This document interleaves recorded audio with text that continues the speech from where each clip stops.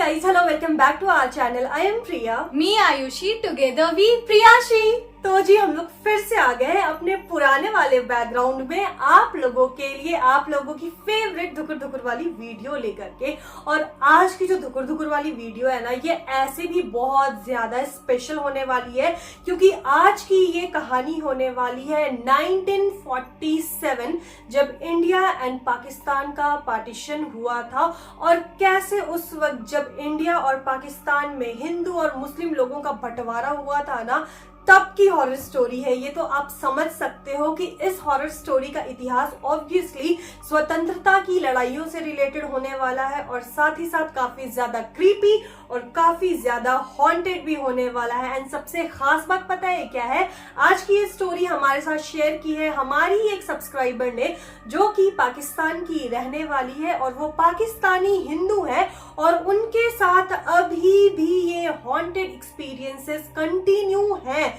तो आप समझ सकते हो कि विक्टिम जो कि अभी भी इन सारी चीजों को फील कर रहा है, उसके थ्रू स्टोरी जानने का मजा तो अल्टीमेट होने वाला है। तो चलो अब डिले नहीं करते हैं, फटाफट से वीडियो स्टार्ट करते हैं। पर उससे पहले रानी, आप लोग अपनी सीट की पेटी कस के बांध लीजिए, कान में ईयरफोन डाल के रूम की लाइट्स ऑफ कर लीजिए क्योंकि आज की कहानी काफी ज्यादा इंटरेस्टिंग होने वाली है। और आप लोगों को क्या करना है? धुकुर धुकुर वाली आंटी का वेट करना है, उसके बिना तो हमारी हर कहानी अधूरी है। तो दीदी डिले नहीं करते हैं, जल्दी से इस वीडियो को स्टार्ट कर देते हैं।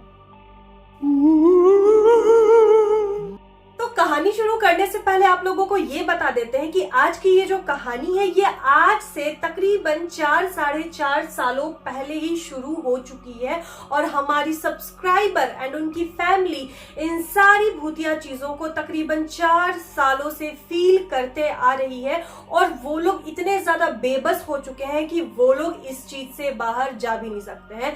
तो चलो कहानी की शुरुआत एकदम शुरू से करते हैं, जब हमारी सब्सक्राइबर और उनकी फैमिली इस पर्टिकुलर हॉन्टेड घर में नहीं रहा करते थे। तो हमारी सब्सक्राइबर बताती है कि आज से बहुत समय पहले तक ना वो लोग पाकिस्तान में ही रहते थे, लेकिन उनके रहने का इलाका अलग था। वो लोग एक चौल में रहते थे क्योंकि उस टाइम पर उनके पापा की बहुत अच्छी जॉब नहीं थे। वो लोग हिंदू ही है लेकिन पाकिस्तान में शुरू से बसे हुए हैं। पार्टीशन के बाद से वो लोग पाकिस्तान में ही रह रहे हैं। उनके पूर्वज का घर भी पाकिस्तान में ही है, लेकिन समय के साथ उनके पापा के कारोबार में तरक्की होती है और उसके बाद उन लोगों की लाइफस्टाइल भी काफी ज्यादा अच्छी हो जाती है। तो जब हाथ में कुछ पैसे आते हैं तो उनके पापा ने क्या सोचा कि सबसे पहले उन लोगों के लिए एक अच्छा घर लिया जाए क्योंकि उनकी फैमिली काफी ज्यादा बड़ी थी। फैमिली में मम्मी पापा, चाचा चाची, दादा दादी, कजन्स, अपने भाई बहन, काफी सारे लोग थे। तकरीबन 13 से 15 लोग थे, लेकिन उन लोगों के लिए चौल के 3 कमरों वाले रूम में रहना मुश्किल नहीं था। तो सबसे पहले उन्होंने क्या किया ना, एक अच्छा सा इलाका देखा और उस इलाके में एक अच्छा सा घर खोजा और भगवान की कृपा से उन लोगों को एक बहुत बढ़िया घर मिल गया बहुत ही जल्दी। और सबसे बढ़िया बात तो क्या है ना, जिस इलाके में घर मिला ना, वो इलाका भी काफी ज्यादा अच्छा था। और उन लोगों के इलाके की एक खासियत थी कि उनके इलाके में मेजॉरिटी ऑफ द लोग हिंदू ही रहते थे। वो बेसिकली एक हिंदू कॉलोनी थी और उस कॉलोनी के अंदर ना सारी चीजें काफी ज्यादा इजिली अवेलेबल भी थी। 10 कदम के अंदर अंदर ना सारी चीजें मिल जाती थी, चाहे किराने की शॉप हो, चाहे जूते चप्पल की शॉप हो, चाहे कपड़ों की शॉप हो या फिर श्रृंगार की शॉप हो। यहाँ तक कि इमरजेंसी के लिए डिस्पेंसरी की शॉप भी वहां पर थी और वहां पर फिजिशियन डॉक्टर भी बैठा करते थे। तो ये सब चीजों के कारण ना वो लोग काफी ज्यादा खुश थे। उससे भी बहुत बढ़िया बात ये थी कि सिंस वहां के लोग मेजॉरिटी में हिंदू थे, तो जब भी कोई हिंदू फेस्टिवल होता था ना, वो लोग काफी ज्यादा धूमधाम से सेलिब्रेट किया करते थे। ऐसा नहीं है कि उन्होंने पहले कभी पाकिस्तान में हिंदू फेस्टिवल सेलिब्रेट नहीं किया है, वो लोग करते थे लेकिन घर के अंदर ही करते थे क्योंकि जिस इलाके में वो लोग रहते थे वहां मुस्लिम लोगों की मेजॉरिटी थी। लेकिन जब से वो लोग अपने इस नए सोसाइटी में आए थे ना, हर छोटे बड़े त्योहारों को धूमधाम से मनाया जाता था। आप खुद सोचो ना, जब 50-60 लोग मिल जाते हैं और साथ में मिल करके त्योहार मनाते हैं तो उस त्योहार त्योहार की खुशी और रौनक एक अलग ही स्केल पर होती है। खैर ये सब बात हटाओ, ये तो हो गई सोसाइटी के बारे में बात। अब बात करते हैं उनके घर के बारे में। तो जैसा कि हमने आपको बताया कि घर उन्हें काफी ज्यादा अच्छे डील पर मिल गया था और इसीलिए उन लोगों ने घर के बारे में ज्यादा जांच पड़ताल नहीं की। आप विश्वास नहीं करोगे, उन लोगों का घर 2 BHK या 3 BHK नहीं था। 15 मेंबर वाली उस फैमिली के लिए वो घर मोर देन एनफ था उस वक्त के लिए। 5 बड़े बड़े कमरे हैं उनके घर में और सारे कमरों के बाहर ना अपनी पर्सनल बालकनी है। उसके अलावा बड़ा सा हॉल है, बड़ा सा लिविंग रूम है एंड साथ ही साथ 3 वॉशरूम, 2 किचन स्पेस। आप खुद सोच सकते हो ना कि वो घर कितना बढ़िया होगा। साथ ही साथ फर्निशिंग भी उस घर की काफी ज्यादा अच्छी थी। तो चलो, घर उन लोगों को मिल गया था, सोसाइटी मिल गई थी, वो लोग काफी ज्यादा खुश थे। लेकिन उन्हें ये नहीं पता था कि जब चीजें बहुत अच्छी होती है ना लाइफ में, तो उस वक्त किसी ना किसी की तो नजर लग ही जाती है और उनके लाइफ में एक बहुत बड़ा तूफान आने वाला था। उन लोगों ने कभी अपने बुरे से बुरे सपने में भी नहीं सोचा था ना कि उस आलीशान और चमकते हुए घर के पीछे कितने बड़े और कितने गहरे राज छुपे हुए हैं। और वो राज 1, 2, 3, 4 या 30-40 साल पुराने नहीं है, बल्कि वो सारे राज 60 से 70 साल पुराने हैं। वो राज उस समय के हैं ना जब इंडिया और पाकिस्तान अलग हुआ था। अब देखो, वो लोग घर में शिफ्ट हो भी जाते हैं और शिफ्ट होने के बाद उस घर में वो लोग काफी ज्यादा खुश थे क्योंकि वो घर उनके मन के मुताबिक का था। जिस घर में वो लोग खुशहाली से रहने के सपने संजो के आए थे, लेकिन धीरे धीरे वही घर अब खौफनाक बनते जा रहा था। चीजें बदलने लगी थी। अब उनके उसी घर में उनके साथ ऐसी वियर्ड चीजें होती थी ना, जिनके कारण उन लोगों को काफी ज्यादा डर लगने लगा था। उनके साथ क्या होता था ना, घर में अचानक से ऐसा लगता था कि जोरदार हवा का झोंका आया और जैसी वो जोरदार हवा का झोंका उनके पास से पार होता था तो उन्हें काफी ज्यादा ठंड भी लगती थी। ऐसा लगता था कि शिमला में वो लोग आ चुके हैं। फिर अब देखो धीरे धीरे होता क्या है, अचानक से उन्हें ना कोई परफ्यूम की स्मेल आती थी और वो कोई परफ्यूम ना इतर वाली परफ्यूम होती है ना, जो काफी ज्यादा फूलों से बनी हुई परफ्यूम होती है, ऐसी उन्हें अचानक से स्मेल आती थी जो कि परफ्यूम उनके घर में कोई भी यूज नहीं करता था। इसके अलावा रातों में अचानक से खिड़कियों का बजना, किचन में बर्तनों का गिरना और साथ ही साथ रात में उन्हें ऐसा लगता था कि काफी लोग उनके घर में मौजूद हैं क्योंकि रात में बहुत सारे पैरों की आहट उन्हें सुनाई देती थी और ये सारी चीजें अब उन लोगों को काफी ज्यादा परेशान करने लगी थी। उन लोगों को ये तो समझ में आ गया था कि इस घर में कुछ ना कुछ फिशी तो जरूर है, लेकिन इस आखिर मामले का सॉल्यूशन क्या है उन लोगों को ये समझ में नहीं आ रहा था। उनकी जो दादी थी उनको ये समझ में आ गया था कि जरूर ना जरूर ये जो काम है वो किसी एनर्जी का है और हमारे इस घर में कोई एनर्जी मौजूद है। लेकिन भाई उन लोगों का ये प्रॉपर्टी खरीदने में सारा पैसा जा चुका था। अब उन लोगों को ये समझ में नहीं आ रहा था कि इस घर को इतने कम टाइम में छोड़ के भी तो हम लोग नहीं जा सकते, लेकिन घर के सारे मेंबर्स ने कुछ ना कुछ क्रीपी हरकतें भी फील की थी तो वो लोग चुपचाप से बैठने वाले में से भी नहीं थे। तो उन लोगों ने एक सॉल्यूशन निकाला कि घर में ही छोटी मोटी पूजा पाठ की, धूप अगरबत्ती दिखाई और उनकी दादी ने उन लोगों को एक बात बताई कि अगर कोई भी एनर्जी जब तक हमें परेशान ना करे तो हम लोगों को उन लोगों को छेड़ना नहीं चाहिए, तब तक हम लोगों को कोई भी हानि नहीं होगा। तो भाई जैसे चल रहा है काम वैसे चलने देते हैं और इन सारी चीजों को आप इग्नोर करना स्टार्ट कर देंगे और ऐसा मानेंगे कि हम लोगों के साथ ऐसा कुछ हो ही नहीं रहा है। धीरे धीरे ये सारी एनर्जीज खत्म हो जाएंगी, लेकिन ये सारी चीजें खत्म नहीं होती है। अब जो भी एनर्जी थी ना वो उन लोगों के ऊपर और ज्यादा हावी होने लगी थी। स्टार्टिंग में एनर्जीज ने थोड़ा बहुत इंडिकेशन उन लोगों को दिया, लेकिन जब एनर्जीज को पता चल गया कि ये लोग एनर्जीज के बारे में जान चुके हैं, तब जितनी भी एनर्जीज थी, पता नहीं कौन सी पावर उस घर में है अभी भी, वो अब बड़े बड़े इंडिकेशन देना शुरू कर देती है। और ये सारे इंडिकेशन किसी एक या दो लोग ने फील नहीं किया था, घर के लगभग सारे लोगों ने फील किया हुआ था। यहाँ पर देखो सबसे भयानक चीज क्या होती है, ओ माय गॉड, मेरे को गूज बम्स आ रहे हैं बोलते हुए भी। सबसे भयानक चीज होती है ना कि जब भी उनके घर में रात हो जाती थी वहां पर घर के सारे मेंबर को क्या सुनाई देता था कि काफी सारे लोग, 2-4 लोग नहीं, 10-20 लोग भुनभुना रहे हैं, फुसफुस करके, विस्पर करके बात कर रहे हैं, और वो भुनभुनाने की आवाज सबको सुनाई देती थी। और जब लोग उठ करके देखने जाते थे कि आखिर ये आवाज आ कहां से रही है, तो ये आवाज को पकड़ पाना मुश्किल ही नहीं, नामुमकिन था। आवाज आते रहती थी, लेकिन आप चाहो भी जा जाकर खोजना तो आप उस आवाज तक पहुंच नहीं पाओगे। यहाँ पर मम्मी, दादी और घर के जितने भी बड़े लोग थे, सबने यही कहा बच्चों से कि देखो इन चीजों को इग्नोर कर दो, क्योंकि जितना इन चीजों के बारे में ज्यादा सोचोगे ना, ये चीजें और भी ज्यादा हॉन्ट करेंगी और हम लोग इस घर को अभी नहीं छोड़ सकते हैं। तो चाहो या फिर ना चाहो, हमें इस घर में इन्हीं एनर्जीज के साथ गुजारा करना पड़ेगा। और ये चीजें इतनी ज्यादा डेलिकेट मैटर होती है कि वो चाह करके अपने पड़ोसियों के साथ भी शेयर नहीं कर सकते थे, क्योंकि फिर पड़ोसी क्या बोलते कि देखो नए नए मोहल्ले में आए हैं और इन लोगों को भूत पिशाच दिख रहे हैं। तो यहाँ पर अभी जितना मामला था वो घर के अंदर ही था, लेकिन अब जो फुसफुसाने की आवाज थी ना, वो काफी ज्यादा तेज होने लगी थी।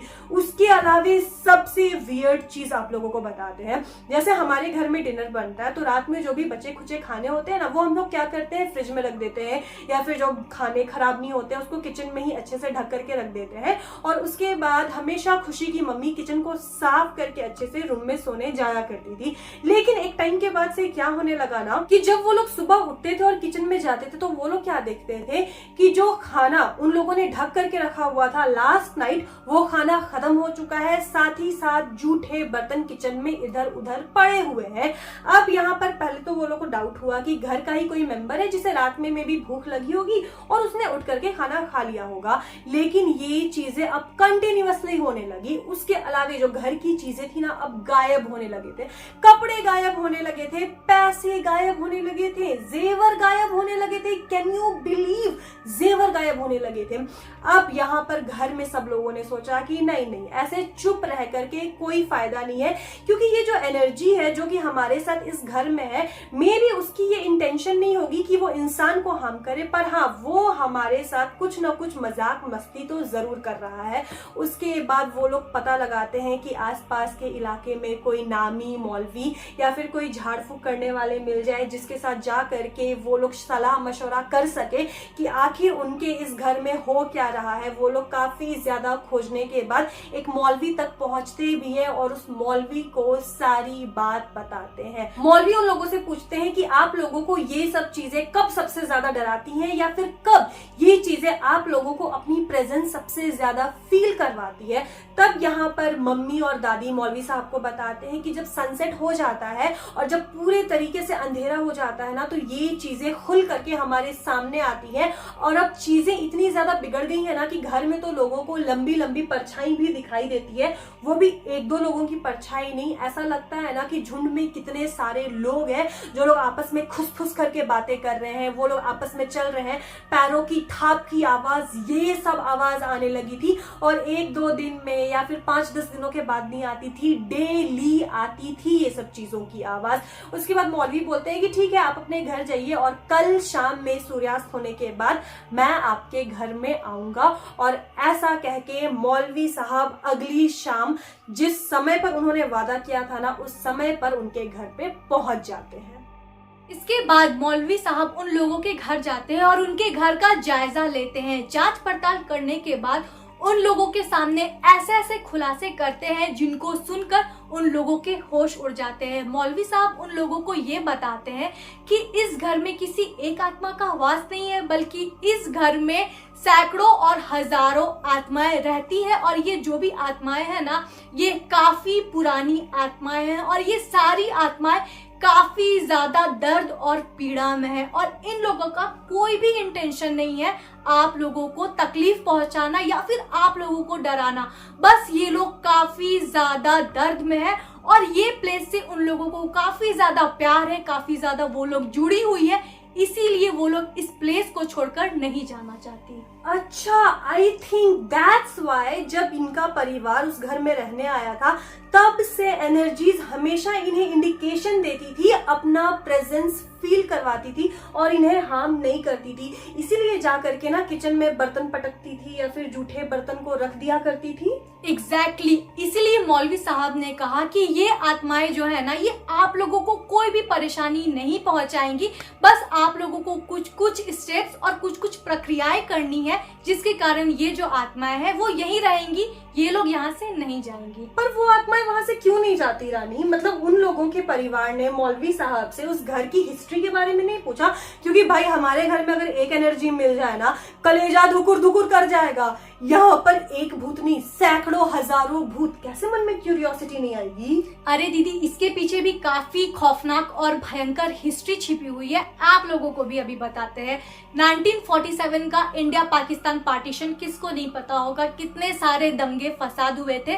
और जिस कॉलोनी में अभी खुशी रह रही है, काफी साल पहले उस कॉलोनी में हिंदुओं की बस्ती हुआ करती थी। और जब इंडिया पाकिस्तान का पार्टीशन हो रहा था, उस टाइम पर हिंदुओं को इंडिया की तरफ माइग्रेट करने को कहा जा रहा था, वो भी जबरदस्ती। और वहां के जो हिंदू थे ना, वो शुरू से उसी जगह पर बसे हुए थे और उन्होंने साफ साफ रिफ्यूज कर दिया कि हम लोग अपनी ये सरजमी छोड़ करके कहीं भी नहीं जाने वाले हैं। और आप लोगों को तो पता ही होगा, आपने हिस्ट्री में तो पढ़ी होगी ना कि कितने ज्यादा मारकाट हुए थे, कितने लोगों की जान चली गई थी। तो वहां पर भी ना लोगों को मारा काटा गया था और डर के मारे काफी सारे लोग इंक्लूडिंग हिंदू एंड मुस्लिम उस जगह पर छिप गए थे। और जब बहुत सारे लोगों को पता चला ना कि वहां पर लोग छिपे हुए हैं, तो वहां पर घुस करके लोगों को मारा गया। और उसी बस्ती में, उसी एरिया में काफी सारे लोगों ने दम तोड़ दिया। और दम तोड़ने से पहले, जैसा कि हमने आपको बताया कि लोग छिपे हुए थे, उन्हें टाइम पर खाना नहीं मिला था, लोग भूखे थे,